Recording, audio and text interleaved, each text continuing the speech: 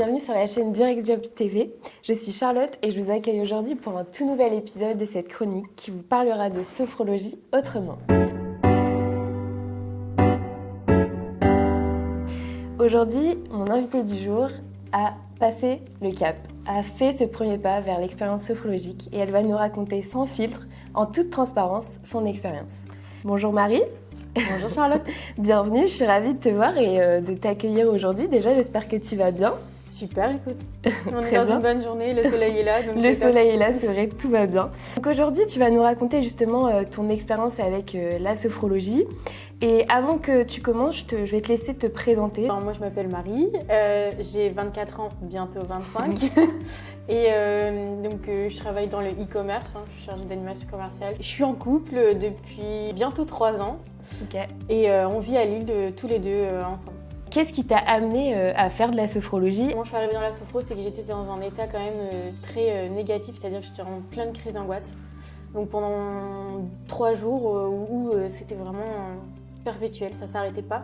Donc impossible de dormir pendant 3 jours, donc c'est un état qui est déjà fatigant de base. Il fallait que je trouve une solution rapidement. J'ai pris rendez-vous chez le médecin et entre deux, je me suis dit il faut que je trouve une solution qui va m'aider là maintenant à dégager un peu parce que c'est le sentiment d'oppression, t'as l'impression de pas respirer. J'ai entendu parler de la sophrologie et je me suis dit de toute façon t'as rien à perdre, donc autant essayer. Donc je suis allée sur Google chercher un peu vite fait, je cherchais quand même quelqu'un de compétent et avec qui je pourrais avoir un feeling parce que je pense que c'est important, qui était pas trop loin de chez moi non plus. Forcément. Et donc j'en ai trouvé une qui était plutôt super sympa. Okay. Du coup on a travaillé tout de suite un peu dans une urgence en fait. En fait c'est aussi apparu suite à un décès, des émotions qui remontaient. Il y a eu des facteurs qui ont déclenché. En fait j'ai vraiment consulté par urgence en fait. C'était vraiment nécessaire de me libérer en fait de mes émotions. Et du coup donc ça y est, tu t'es lancée, tu te lances, tu te dis je prends rendez-vous, j'arrive, je suis à la première séance. Est-ce que tu peux nous en dire plus du coup sur le déroulé de cette première séance justement ? C'était en plein après-midi, je bossais et j'ai dit à ma responsable, je m'en vais 1 heure là, il le faut. Okay. Et je suis arrivée là, donc j'y connaissais vraiment pas grand-chose. On m'en avait parlé, on m'en avait dit du bien, mais je savais pas vraiment en quoi ça consistait. Donc quand je suis arrivée, elle m'a expliqué un peu ce qu'était la sophrologie, comment elle travaillait. Et puis on a surtout échangé sur pourquoi j'étais là. Du coup, on a fixé un objectif qui était principalement, c'était de retrouver le sommeil parce que le sommeil, c'est quand même important, surtout pour moi qui suis quand même une grosse dormeuse.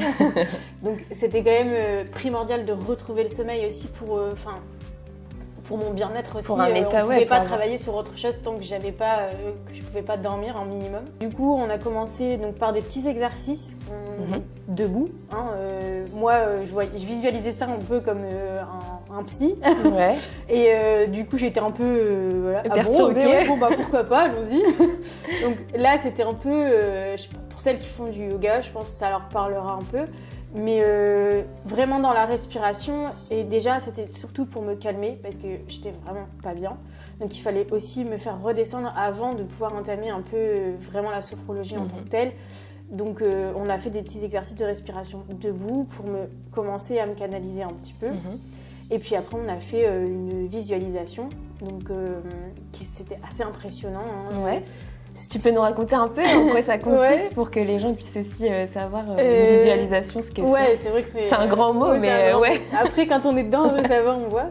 Non, en fait, l'objectif, c'était que je trouve le sommeil, et donc du coup, j'ai visualisé ma chambre jusqu'à la petite bougie qu'il y avait sur mon étagère, vraiment pour créer l'environnement. Et ce qui est assez dingue, c'est qu'en fait, mon cerveau, il a complètement recréé la pièce, en fait. Ouais.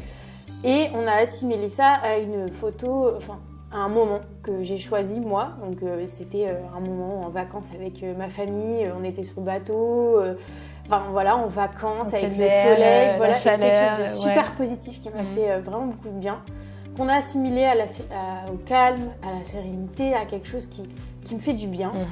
Et donc du coup, l'objectif de ça, c'était de se dire que quand je vais me coucher, mon cerveau il assimile le moment où je vais dormir à quelque chose de positif, à quelque chose qui me fait du bien. Et justement, il ressent ce calme, cette sérénité que ces images t'apportent. C'est ça, exactement. C'est impressionnant, surtout la première fois, je pense. T'as vraiment la sensation d'être au-dessus de ton corps, de te regarder toi t'as vraiment un sentiment d'introspection. De prendre un peu de la hauteur et de la hauteur wow. sur toi. Ouais, tu te dis ok, pourquoi pas. Ouais. Et j'ai eu après c'est un peu difficile pour moi de sortir de cet état-là, mais ça fait un bien fou. J'allais te dire justement sur les sensations que ça te procure. Est-ce que vraiment, qu'est-ce que tu peux me dire en fait sur ce que tu ressens vraiment physiquement? Petit en fait, moi j'étais tellement contractée, crispée que c'était dur, mais en tout cas à la fin, on sent le corps qui a relâché. Et puis moi, ce qui m'a surtout surpris, c'est aussi de sentir le corps et l'esprit en fait. C'est ça. Et le but, c'est tu sens vraiment que tu es en train de remettre les choses, d'harmoniser un peu les choses. Finalement, qu'est-ce qui t'a marqué justement dans cet accompagnement, dans cette expérience sophrologique? C'est surtout une autre vision des choses. Le côté positif, c'est quelque chose que dans la sophrologie, je pensais que c'était vraiment des outils qu'on nous donnait. Ouais. Mais en fait, la sophrologie, en fait, c'est aussi une vision positive de la vie et de se dire que voilà, il y a des petites choses qui se passent dans ta vie, c'est cool. Des choses que ça fait une semaine que tu repousses, ça y est, aujourd'hui tu l'as fait, c'est bien, t'es contente. Ouais, c'est retirer un peu le positif dans même les petits tracas. Ça fait du bien. Et ça, c'est quelque chose que tu n'avais pas avant, par exemple, c'est pas un automatisme que tu avais avant de faire de la sophro? Non, pas du tout. Okay. En tout cas, j'avais pas l'habitude de me poser et de me dire, tiens, ça c'est pas mal. Je peux être fière de moi. Ta journée n'était pas si pourrie que ça, quoi. Ouais, ça amène une autre philosophie de vie, quoi. Une autre vision des choses, un autre état d'esprit. Et après, on a un peu élargi les choses. C'est-à-dire, tu peux nous en dire plus? En fait, l'objectif premier, c'était le sommeil. Ouais. Après, c'était quand même les angoisses. C'était de se dire qu'il fallait apprendre à gérer ça, à gérer un stress, à gérer un trop-plein d'émotions, en fait, que mon corps, aujourd'hui, je dis aujourd'hui parce que j'ai pas encore fini... tout n'est pas terminé, mais en tout cas, j'apprends à gérer ce stress qui prend...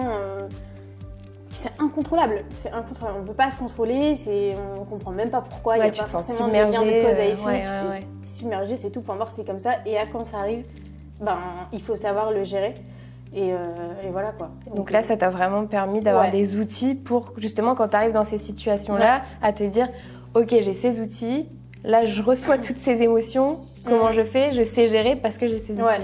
On en est à peu près là, voilà, il y a encore un peu de boulot. Et c'est aussi éviter que ça arrive, c'est de se dire que comme je travaille au quotidien, en fait, ça monte moins. Il y a moins ce sentiment d'angoisse qui monte puisque je suis de plus en plus calme.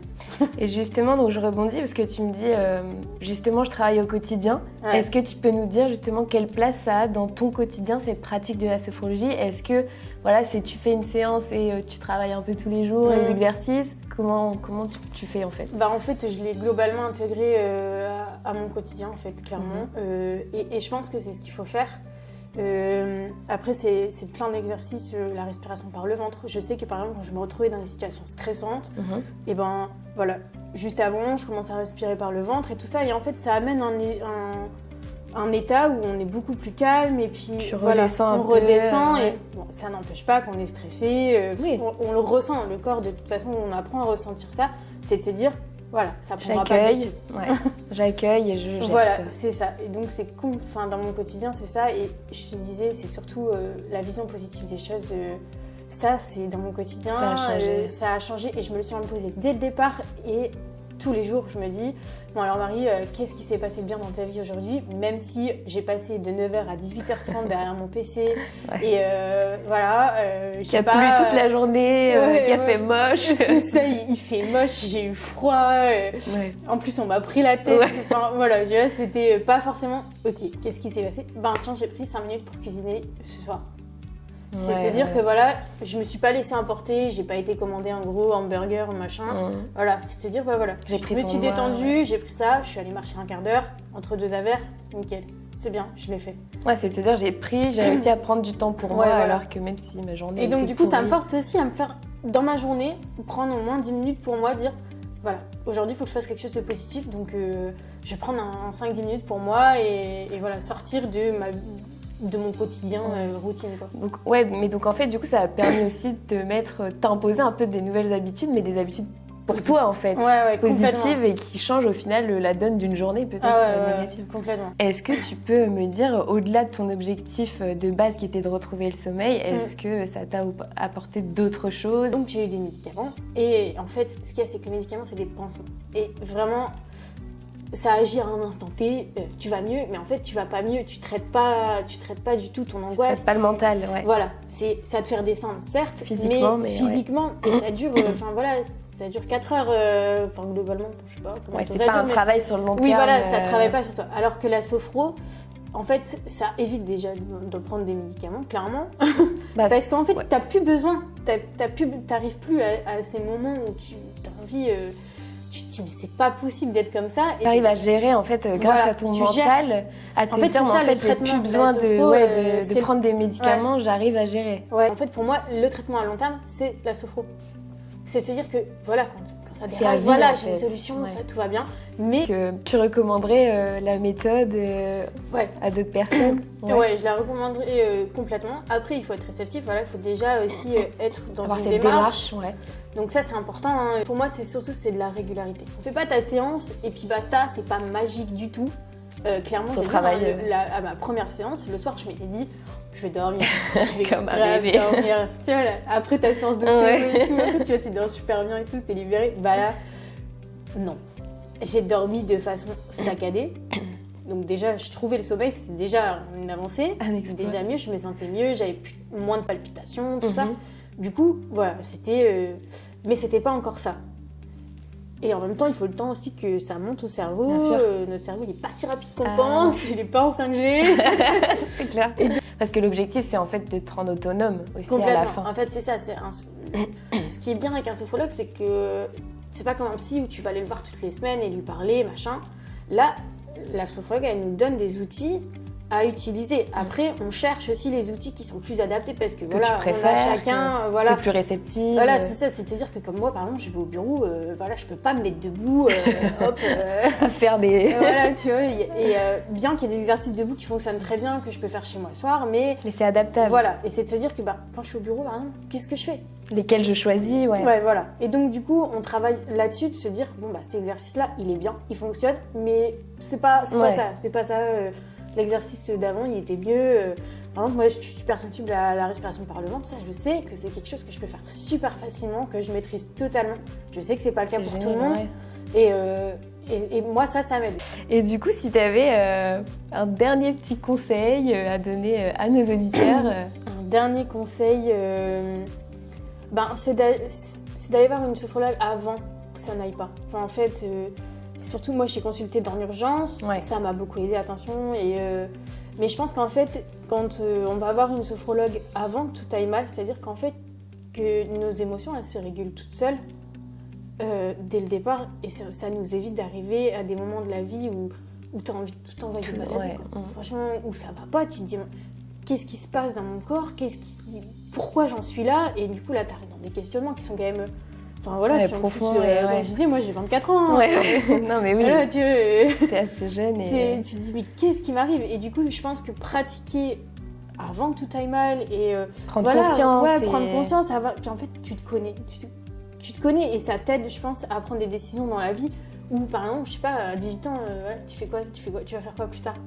Et franchement, et tu vois les parcours des gens après, en fait, si tu t'étais connu bien avant et que la sophrologie, elle intervient bien avant, t'es en phase avec toi-même, tu sais qui tu es, ce que tu ressens, ce qui te fait du bien, ce qui te fait du mal, et tu sais te gérer, en fait. Et c'est vraiment mon conseil, c'est d'y aller, tout va bien dans ma vie, mais on va faire pour que ça continue, en fait. Bon écoute, merci Marie infiniment pour ton récit. J'espère que ça inspirera un grand nombre de personnes à tenter l'aventure de la sophrologie et peut-être vivre une vie plus douce. Et j'espère que ça t'a plu, ce petit échange. Et en tout cas, merci de nous avoir partagé ton expérience. Et je te dis peut-être à très vite. Ouais, sans problème. Merci.